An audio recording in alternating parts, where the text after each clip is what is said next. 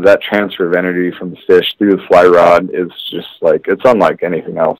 It's time to talk fly fishing, all the way from the tops of the Colorado Rockies to the bottom of Florida on episode 45, brought to you by reelsandtackle.com. Welcome to the Telltale Fisherman podcast, where avid anglers share the story of their best fishing day ever to inspire yours. Now it's time for another epic adventure. So here's your host, John Woodson.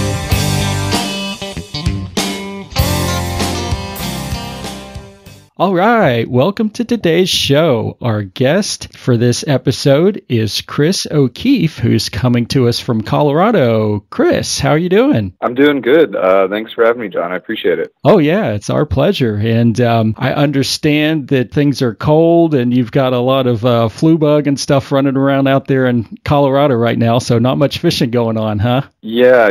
Unfortunately, I've had to take a hiatus over the last couple of weeks, even though we've had some pretty phenomenal weather through this time of year. But yeah, I got laid out by that. So I'm recovering from it right now. So I apologize if I sound a little congested for your viewers. Well, that's always the way. It seems like the sickness or work or whatever it is, keeps you from going, when the window of weather is right. But we persist and keep trying and get out whenever we can, right? Yeah. Hey, some of my best fishing was when I had to really work for it in bad weather conditions. Yeah. So. Yep. Persistence pays sometimes. It does. It does indeed. Well, how about let's just start with you. Tell us a little bit about yourself and what you do. Okay. I'm a resident of Colorado. However, I'm not originally from here. I've been here since '99. Originally, I'm from Laguna Beach, California, which is Orange County, the Orange County area. Mm-hmm. I grew up and was raised saltwater fishing. On traditional spin gear. And from that, my dad, it's probably one of the best things he ever did for me was instill, the love of fishing and the passion of angling. Oh yeah. And nature actually, and how to respect nature. And from that, throughout my childhood, I fished salt, and then I gradually moved towards freshwater. And then because of that, I got a really huge passion for fishing for bass. Mm. Throughout my teenage years, I spin fish for bass almost solely. And I'd fish for other species, but it wasn't really until my late mid-20s that I gained a serious appreciation for multi-species fishing. And just to backtrack a little bit, my current employment, I'm a weighmaster at a recycling center. I consider myself a conservationist. So I like to place myself in a position in which I give back to the earth, or I try to contribute to the health of our environment. Yeah, right. Which allows us to continue enjoying the fisheries that we do. Yeah. So, so that's what I do currently. I love Colorado. It's a good spot. It's a little landlocked for my taste. Not too salty there when it comes to water. No, it's not. We got a couple of interesting species here though. As far as multi-species is concerned, but nothing like the diversity of saltwater. Yeah. So, and I long for that diversity. I long to be able to fish for, cast your line and you don't know what you're going to catch. Yeah, I was just going to say that. And growing up here in Florida, when we would go and do fishing in the Gulf of Mexico, we would use a shrimp and a bobber and just go out and drift, and man, you just never knew what was gonna yank on that line. It was always interesting. Mm-hmm. Yep, and it's always a pleasure to see what you're reeling in too. It's an excitement. You're like, oh man, what did I get? Yeah. And then you're pulling up a rock bass or a barracuda or a stingray or a shark or any countless species. So it's people who live live on the coast or live on the ocean are quite genuinely lucky. Yes. Yeah. Yeah. For the avid angler, that's not a bad place to be. Now, however, I will say, what Colorado may lack in number of species, they make up for with scenery in some of the places you get to fish. Tell us a little bit about, where you fish and what you do catch out there. Okay, most definitely. I'll start with our state trout, our state fish. It's the Colorado greenback cutthroat. Okay. I don't know if you've heard of it. It's a subspecies of cutthroat trout that was considered extinct, actually, up until I believe it was the late 90s or early 2000s. My memory is a little bit off on that, but some researchers found within like a 2-mile stretch of an area called Bear Creek, they found a remnant surviving population of the greenback cutthroat. Really? And from that, and from that, they were able to propagate an entire new generation, multiple generations of the greenback cutthroat. And then, because of that, reintroduce it to a lot of our high country, our Alpine waters, which is where they thrive. Cool. Yeah, it's a pretty neat history behind the greenback cutthroat, and it is a phenomenally beautiful trout. It's probably my favorite species of trout. I might be a little biased because it's a state fish. Mm-hmm. And, yeah. I've actually I got to help with a spawning program with them about 2 years ago with Colorado Parks and Wildlife. I got to go help with a spawning operation with them. Oh, neat.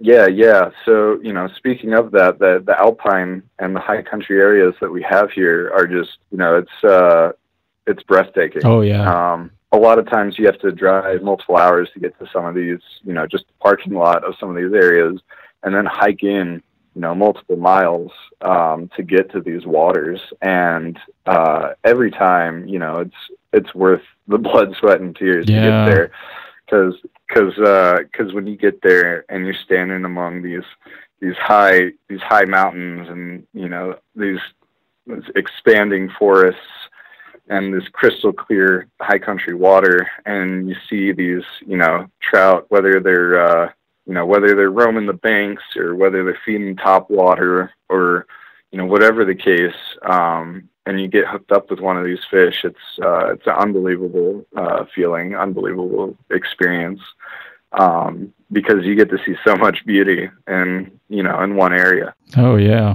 I live in Boulder, which is right on the foothills. It's about 30 minutes, let's say, west of Denver, give or take. And, I'm very fortunate to be right smack dab on the foothills. Oh, yeah. Yeah, I don't know if you're familiar with Rocky Mountain National Park or if you've heard of Rocky Mountain National Park. Yeah, I've heard of it. Mm-hmm. Yeah, so it's one of the, it's a prized national park here in Colorado, and, people from across the country come to visit. And within that park, there are multiple high country lakes that are filled with greenback cutthroat. Oh. And you could spend years fishing those waters and learning those waters. How do you fish those? Do you walk in and walk the bank fishing, or do you can you take a boat in there? How do you normally get after those fish up there? So typically it's wading. It's Okay. You're either wet wading or dry. You got your waders on. Some of the area, there's various areas that are restricted, but most of it is wading. So you hike in either in your waders or they're in your pack.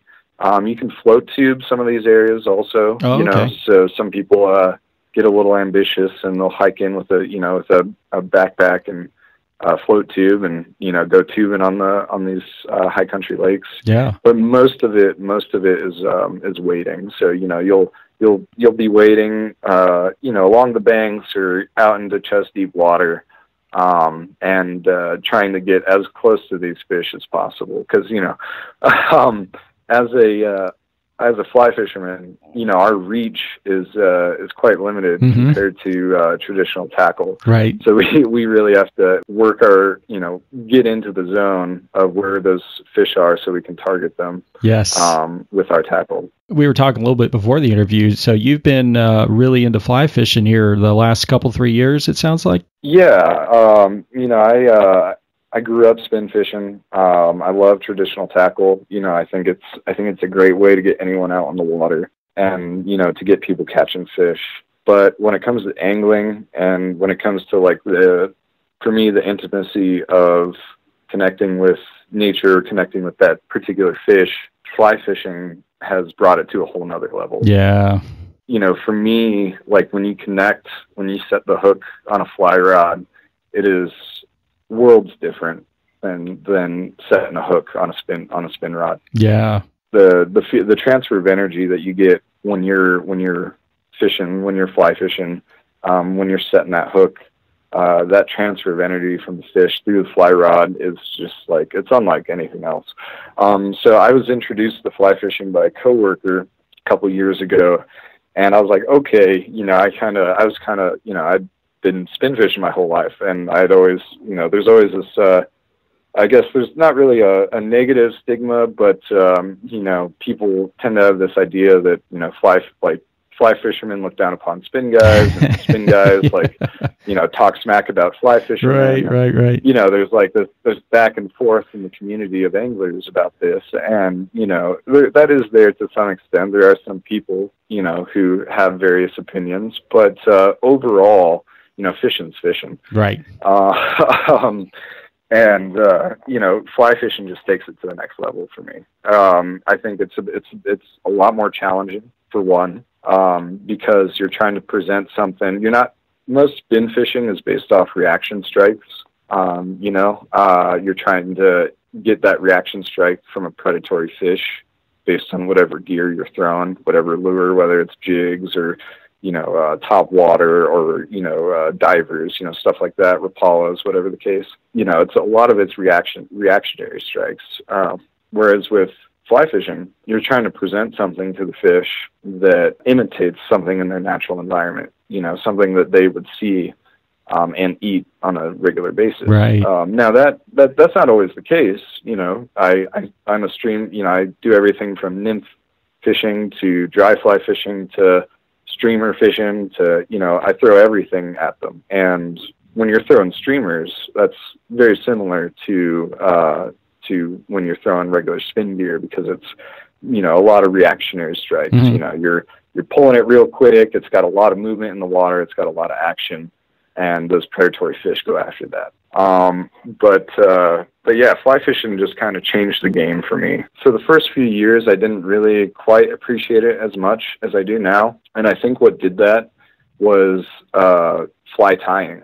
I started tying my own flies over the last year. And, that really changes the whole world of fly fishing when you start tying your own flies, because, not only are you trying to learn these patterns that mimic or imitate various food sources for any number of species, but it's something that you're crafting yourself. Yeah. And to fool a fish on something that you've made yourself is a wonderful feeling. All right. When we get back, Chris is going to share an epic fly fishing story with us, but from a totally different place. So stay tuned. If you enjoy the show, please take a moment to leave us a 5-star review on Apple Podcasts, Google Play, or Stitcher. It really helps us to spread the word so we can keep bringing you the most epic fishing adventures in the world. All right. We are back with Chris O'Keefe, and the first half of the interview, we've been talking about epic fly fishing and the beautiful scenery that he has out there in Colorado. But I understand we're now going to shift gears somewhat and talk about fly fishing in a totally different place. So set up the story for us and just tell us what happened. Well, it all begins with me seeing a beautiful photo of a beautiful fish. And that is the peacock bass. Mm-hmm. It's something I'm sure you're quite familiar with. It's a prevalent species throughout South Florida. After doing some research, I found that the Florida Fish and Game introduced them back in the 80s, late 80s or something like that, to control the invasive cichlid population. Mm-hmm. And from there, it blew up and created a huge fishery.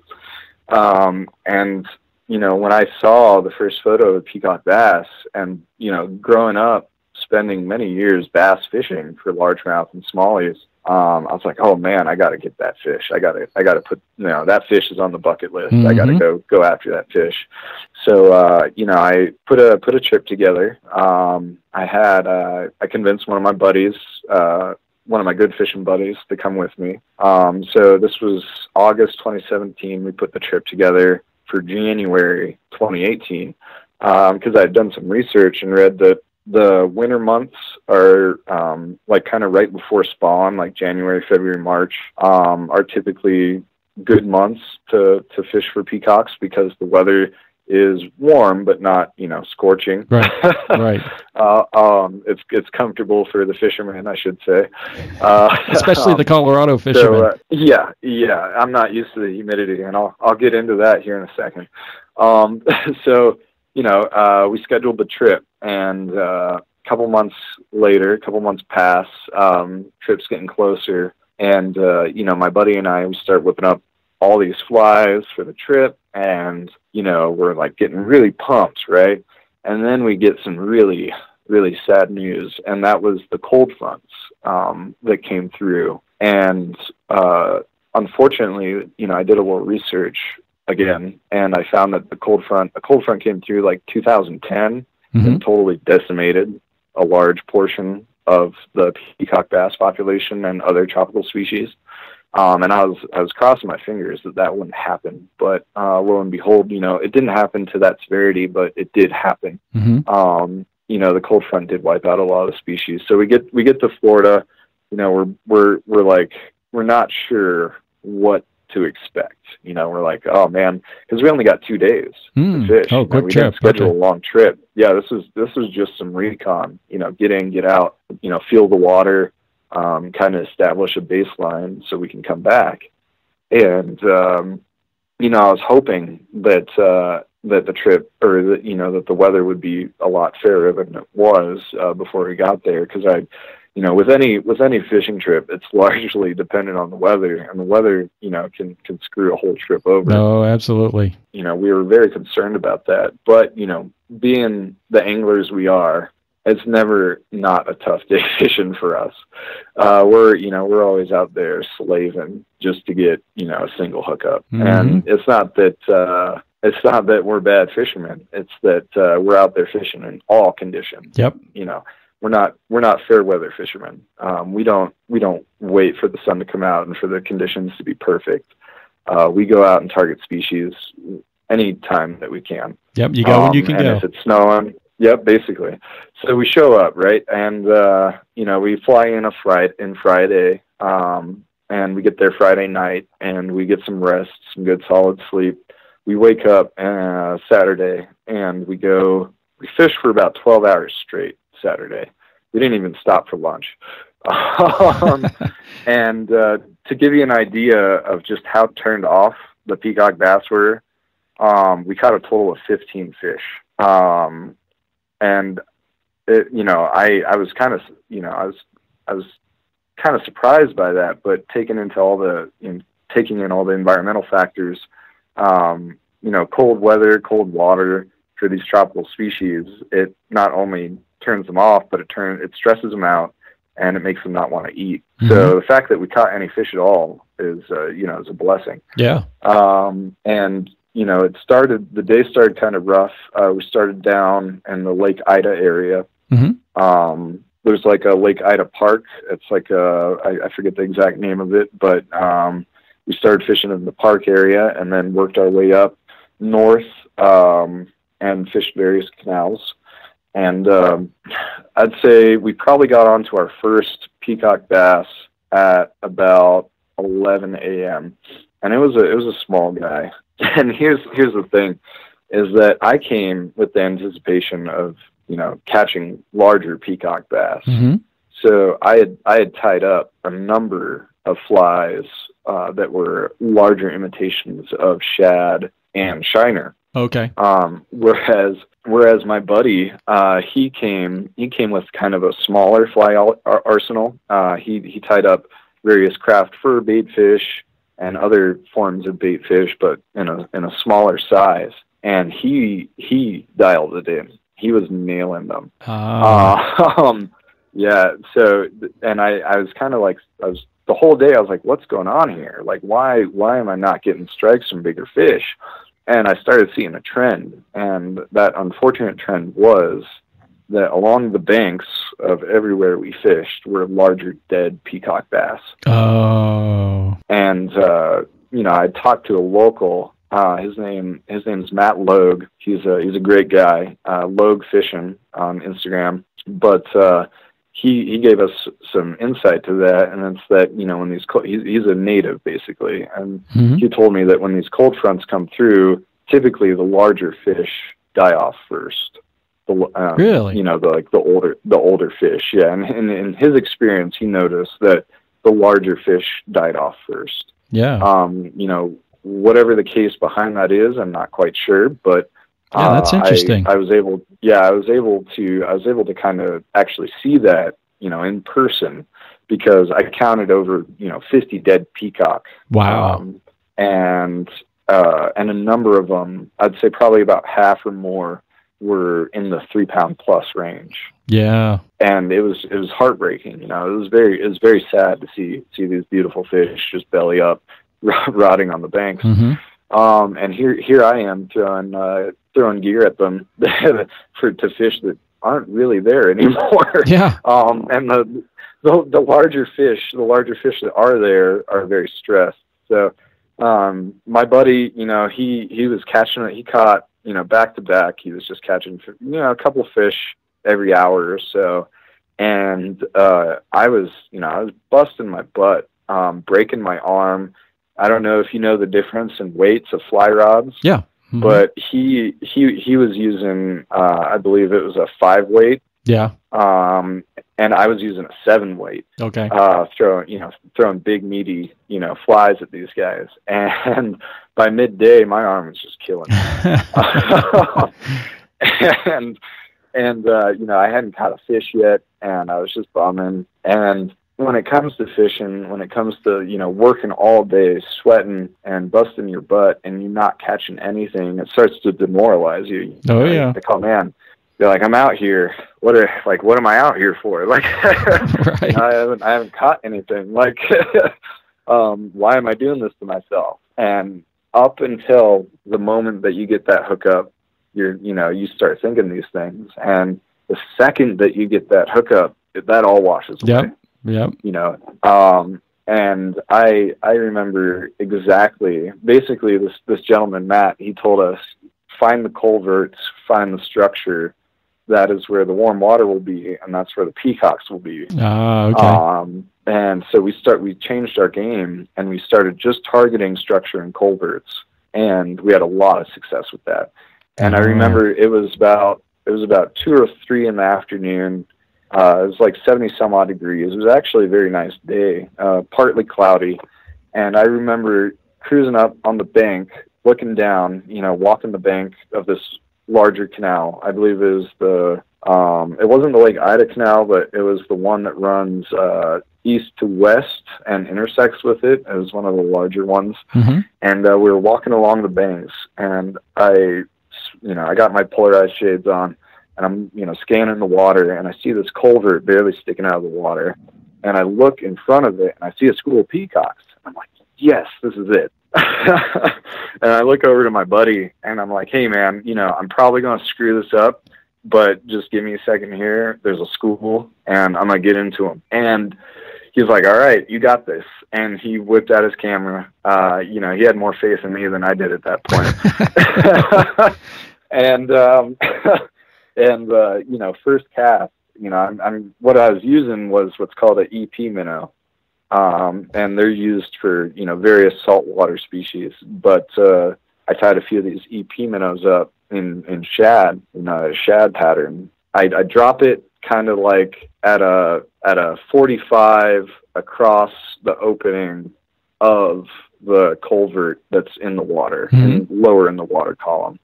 And I wait. I let my line drop. I let the fly drop, not spook the fish. I mend my line, and I start twitching it. I start bringing it in across the opening of this culvert, where I saw this school of what I thought was smaller peacocks.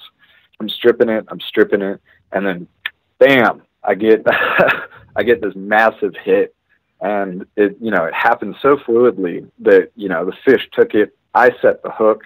He went into the culvert. Oh. And if I wasn't using a 20-pound high abrasion fluoro leader, he would have cut that. Yeah, that would have been all she wrote. Yeah, that would have been it. And I was like, crap, So I run to the side of the culvert. I'm like trying to I'm sticking, high sticking my rod, trying to get this fish out of the culvert, and I get him out. And as I get him out, he darts to the surface, and he gives me some surface action and jumps out, and then he dives back down, and I'm bringing this bass in. And I see the peacock come up for a second and, go flank side to me. And that's when I get the real picture of just how big this peacock was. Yeah. And that's when the excitement really kicked in for me. I was like, yes, yeah, man, I got one. 'Cause it was my first fish of the day. Oh man.